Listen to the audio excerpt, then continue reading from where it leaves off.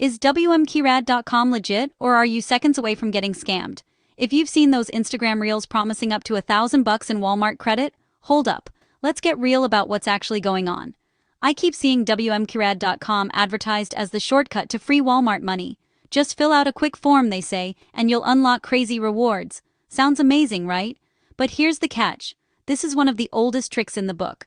First red flag. They want your personal info. Name, email, maybe even your phone number.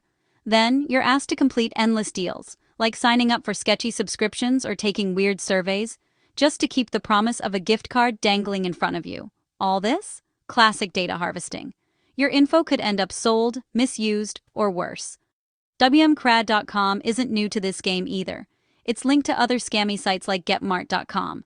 These sites get flagged all the time for the same shady patterns: fake rewards, stolen data, and sometimes unauthorized charges on your credit card.